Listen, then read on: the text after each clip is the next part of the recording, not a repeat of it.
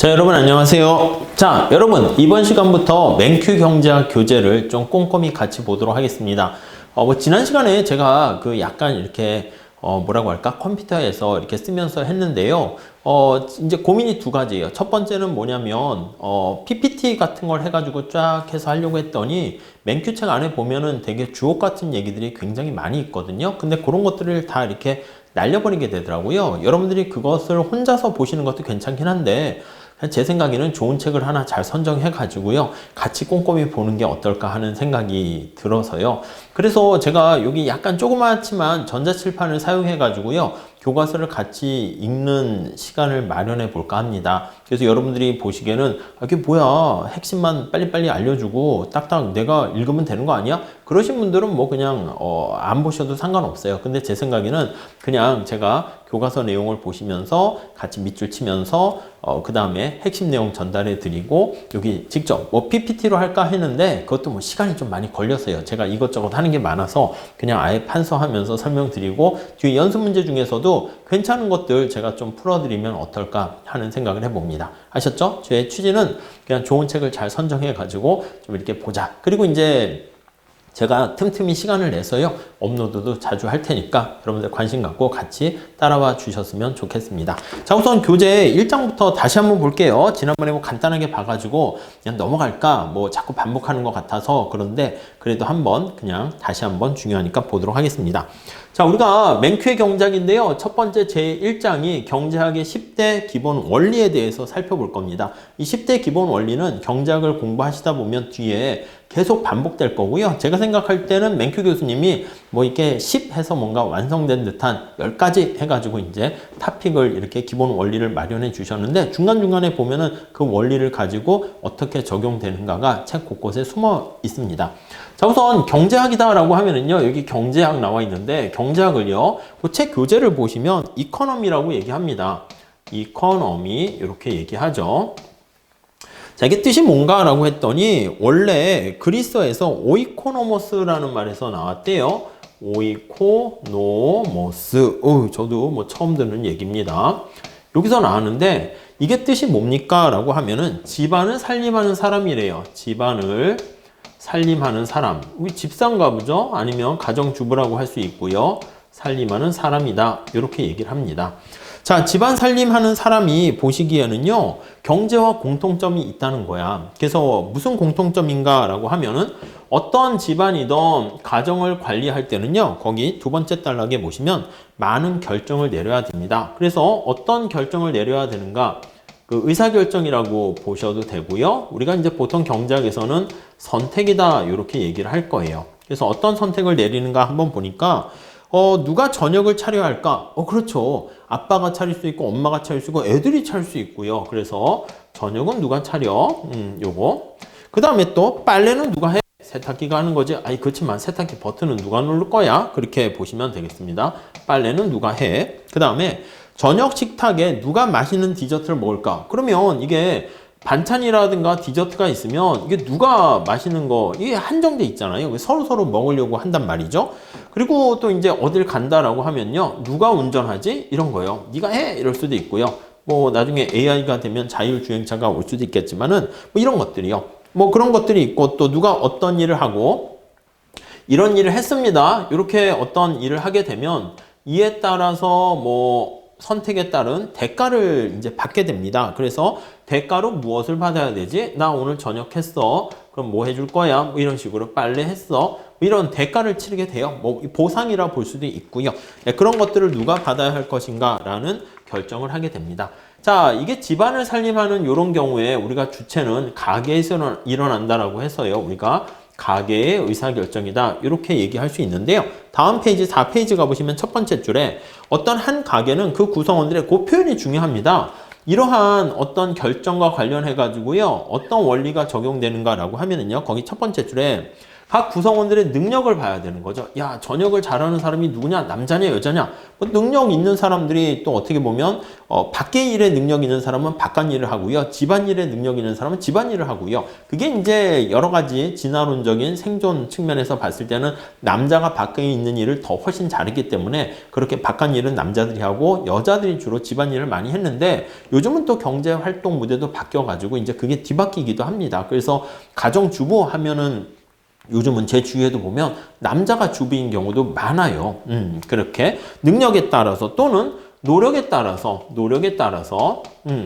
또는 거기 보니까 희망에 따라서 자, 이 모든 것들을 달성하는 자원이 희소하거든요. 그래서 이 대가와 관련된 희소한 자원을 어떻게 나눌 것인가, 분배할 것인가, 그거에 대해서 우리가 고민을 해야 됩니다. 그래서 제한된 자원이라고 돼 있습니다. 여기서 제한된 자원이라고 하면은 시간일 수도 있고요.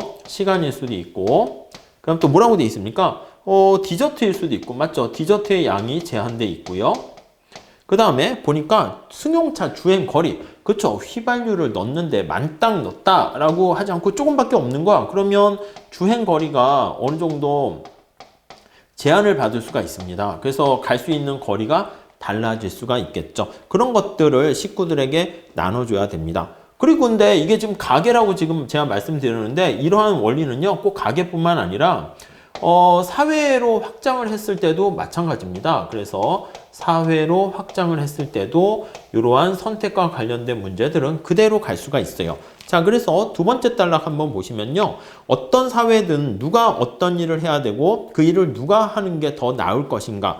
누군가는 식량을 생산해야 되고 누군가는 옷을 만들어야 되고 누군가는 컴퓨터 소프트웨어를 만들어야 된다. 이렇게 나와 있습니다. 그래서 뭐 보통 우리가 흔히 얘기할 때는 누군가가 무엇을 생산하고 또 생산 관련해서 그 방법도 중요하죠. 야, 어떻게 생산할 건데?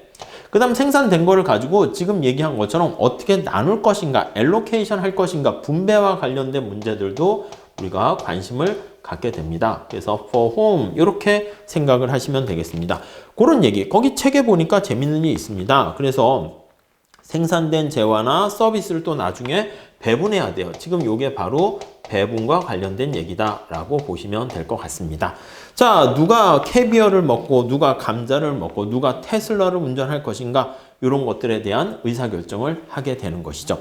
자, 그랬을 때 여기서 이런 고민을 하게 된 가장 큰 이유는 무엇입니까? 라고 하면은요, 이런 선택과 이런 문제 발생하게 된 가장 큰 원인은 바로 거기 이렇게 빨간 색깔로 돼 있죠. 두 번째 단락에 나와 있습니다. 한 사회가 가지고 있는 자원을 어떻게 관리할 것인가가 굉장히 중요한 건데 그 모든 거의 근본에는 바로 희소성이라는 중요한 요인이 밑에 근저에 깔려 있습니다. 그래서 희소성이라는 것은요, 거기 보니까 사람들이 가지고 싶은 만큼 두 번째 단락 두 번째 줄입니다. 다 가질 수 없다. 그러니까 사람들이 원하는 욕구를 자원이 희소하기 때문에 다 충족시킬 수 없다라는 것입니다. 여기도 희소한이라는 말 나와 있습니다. 이 자원이 풍부하면 우리가 이렇게 싸우거나 다툴 필요가 전혀 없겠죠. 자, 그래서 거기 정리를 해보면 세 번째 줄에 어느 가정에서든지 모든 식구가 원하는 것을 다 할 수 없는 것처럼 어떤 사회에서도 구성원들이 원하는 최고의 생활 수준을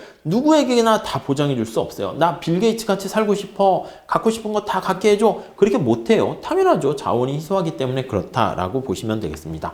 자, 따라서 이제 결론을 내리도록 하겠습니다. 경제학이다라고 하면은요, 여기 경제학이다 요거에 대해서 우리가 살짝 내용을 보시면은요, 이코노믹스라는 것은 사회가 거기 보시면 희소한 자원을 어떻게 관리할 것인가. 맞아요. 그러니까 자원이 풍부하면은 그런 문제가 발생하지 않는다니까요.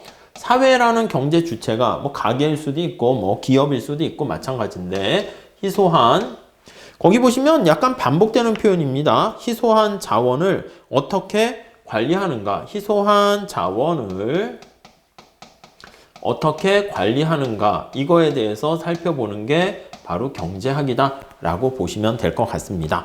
자, 이 희소한 자원을 관리하는 방법은 사실은 뭐 크게는 두 가지로 우리가 생각해서 볼 수가 있습니다. 두 가지가 뭐야? 첫 번째는 거기 나와 있는 것처럼 북한같이 독재자라든가 옛날에 시대 같이 왕이 모든 걸 다 결정할 수가 있습니다. 그래서 독재자가 한 사람에 의해서 배분되는 걸 수도 있지만 그것보다는 거기 보시면 두 번째 줄에 무수히 많은 가게와 기업 이렇게 나와 있습니다. 그래서 무수히 많은 경제 주체들이라 할까요? 이거 지울게요.